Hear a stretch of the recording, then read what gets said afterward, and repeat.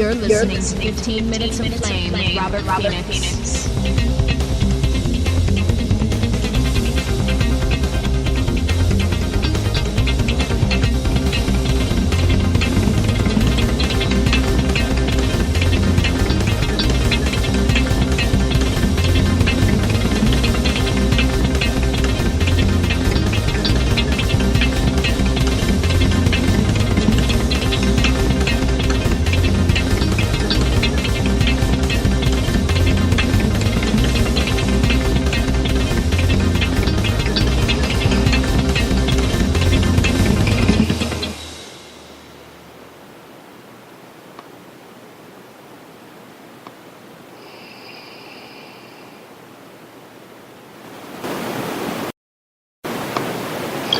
Hey, what's happening? This is Robert Phoenix, broadcasting to you live from Flyover. Let me go over to the Facebook side of things, or the, my apologies, the YouTube side. Here we go. Hitting it live on YouTube, everybody. What's happening? I got to get my owl in the picture. I got to bring the totem. The totem. Let's bring the totem in. Got to bring that totem in. There it is. All right. Bend the brim. Vanity check. 3, 2, 1, all systems are go. What's going on? What's happening out there in there with you, everybody? This is yet another broadcast of 15 Minutes of Flame coming at you live from Flyover. Yeah.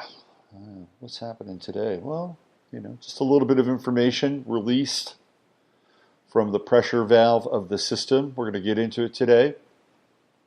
But before I do, I want to alert you to the fact that Miss Emily and I have a new video up over on my channel on YouTube and soon to be on Off Planet. It's a joint venture, and we're doing a weekly MASH on 11th House Off Planet MASH. Speaking of MASH, here's the mascot right here, the man himself, always wanting to get in on the action, Mr. Jasper. Jasper, say hello to everybody. Just get a little glimpse into the old camera there. Is that not a handsome cat? So anyway, you can check that out. It's about Serena Williams, the breakdown. We're breaking down the breakdown of Serena Williams. And Emily, of course, always brings some interesting information to the topic because she knows so much about tennis and the history of Serena Williams. And anyway, it's fascinating to look at it and pull it all apart and kind of see what's going on. So I'll talk about a couple things today. First thing I want to talk about is I'm going to get a little controversial today. So should I be wearing my flame retardant cat hat? Probably not.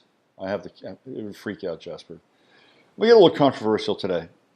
So one of the things that I discovered while I was searching around looking for some intel on the whole Serena piece and her relationship with Nicki Minaj. Nicki Minaj has a record out called Queen. And, it has to do with her being a queen and, I don't know, I guess black women being queens. Aretha Franklin, queen, who just recently passed away, right? So they need to have a new queen. And Aretha Franklin was the Queen of Soul. And I don't know of anybody else who was given that title, Queen of Soul, or Queen otherwise. Does anybody else know? So they had to pass the crown from one queen to the next. So on the passing of Aretha Franklin, we have Nicki Minaj, who does a record, her latest CD. Does anybody even buy CDs anymore? I don't think so.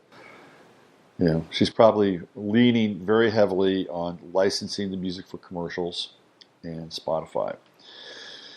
So in this commercial that has been put together by Beats, which is now owned by Apple, we talk about this commercial in great detail. And it's a very bizarre commercial. It takes place in Queens, New York, the Arthur Ashe Memorial tennis stadium or tennis courts, whatever you want to call them, which is run by Chase and is actually made out of the Chase logo if you look at it from the aerial view. That's in Queens as well. So we have Nicki Minaj, record called Queen. It's in Queens. Chase Tennis Stadium is in Queens. And the commercial has a bunch of drag queens in it. This is where Jasper gets very into the show. Like literally, he just wants to merge with AI. Starts giving the whiskers on the computer screen. So, okay, you own it now. You own it now. Come over here. Come over here. Lay down. Lay down. Be a good boy. It's like a dog. It's like a dog. You can lay down all the way. It's fine. It's fine. There you go. There you go. No, we're not going to fight. It's like having a kid. I swear to God. Anyway, so she has Nicki Minaj and Queen Serena are in this commercial in Queens with drag queens. She's going to be playing in Queens. There's a record called Queen, Queen, Queen, Queen, Queen, Queen, Queen, Queen. It's the black and the pink. We're not into polarization anymore. Polarization has been resolved because pink has replaced white. Anyway, I started to get into Nicki Minaj a little bit. And I found this interview just recently with her and Ellen DeGeneres. And apparently she has a beef with this guy named Travis Scott. I have listened to Travis Scott's record. It's a pretty good record, actually. It's got some artistry in there. How about that?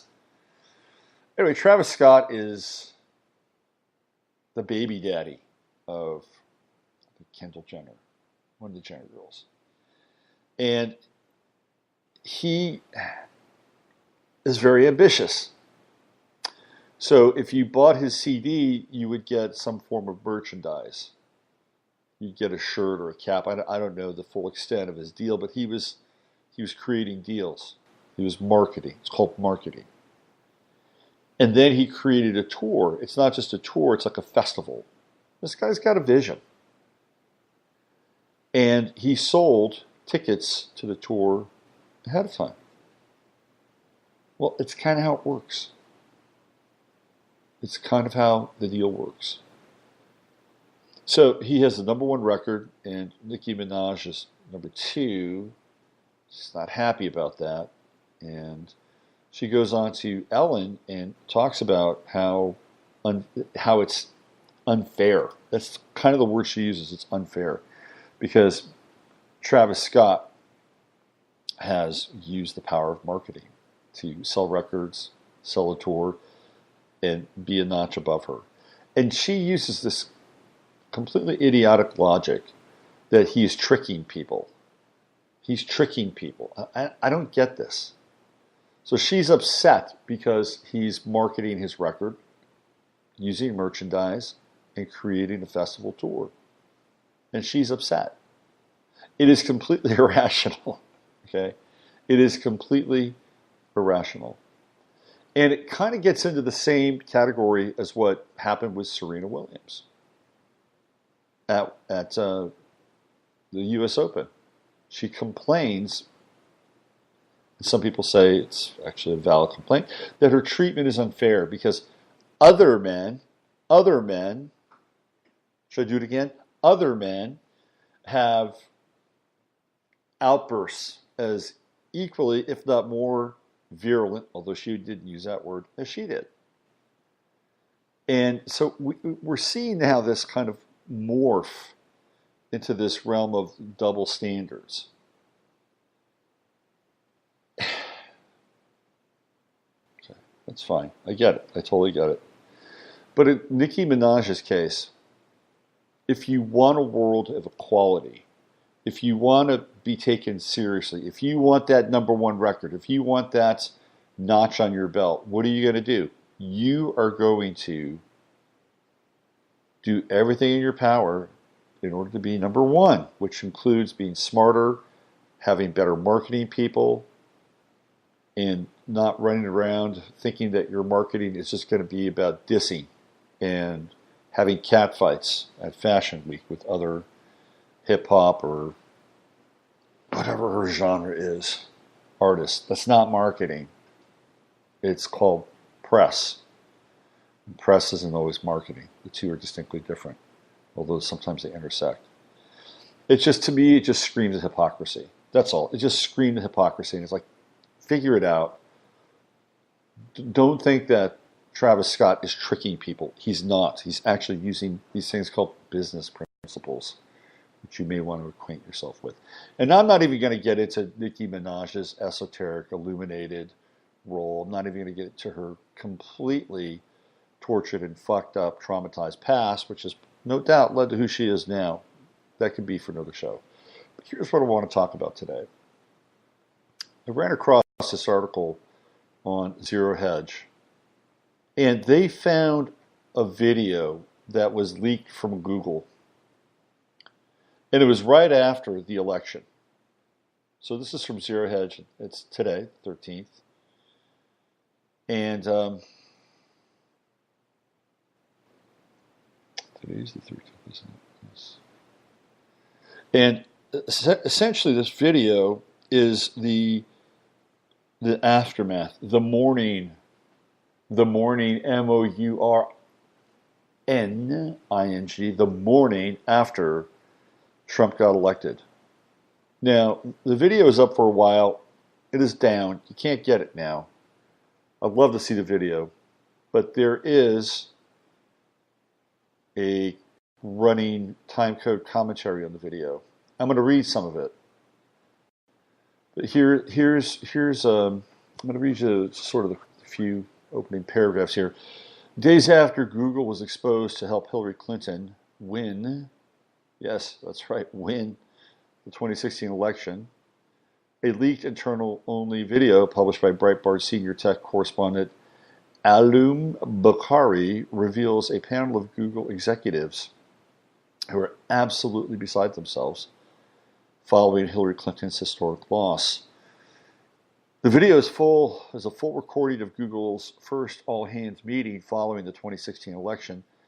These weekly meetings are known inside the company as TGIF, or Thank God It's Friday meetings. Isn't that clever? Sent to Breitbart News by an anonymous source, it features co-founders Larry Page and Sergey Brin, VPs Kent Walker and Eileen Naughton, CFO Ruth Porat, and CEO Sundar Pichai. In the video, Brin can be heard comparing Trump supporters to fascists and extremists, arguing that, like other extremists, Trump voters suffered from boredom, which has, he claims, historically led to fascism and communism. Wow, he's including communism in there. Come on, Sergey. Sergey's from Russia, so he's got that little communist chip on his shoulder. Boredom led to fascism. You know what led to fascism? I'll tell you what led to fascism.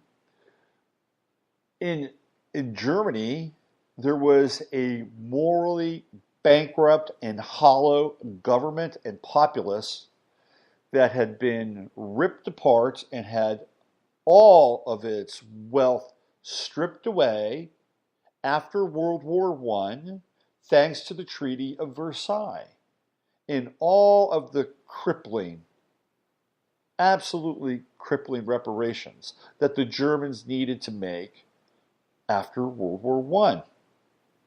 So we have the loss of a war, which is a complete collapse of morale, demoralization. That's number one. Then you have an economic collapse. That's number two. People were not bored. They were not bored in Germany. No, they weren't. Not at all. Post-World War I Germany, 1917, 1918, all the way up through the 20s and into the 30s, it was not a pretty place. It just wasn't.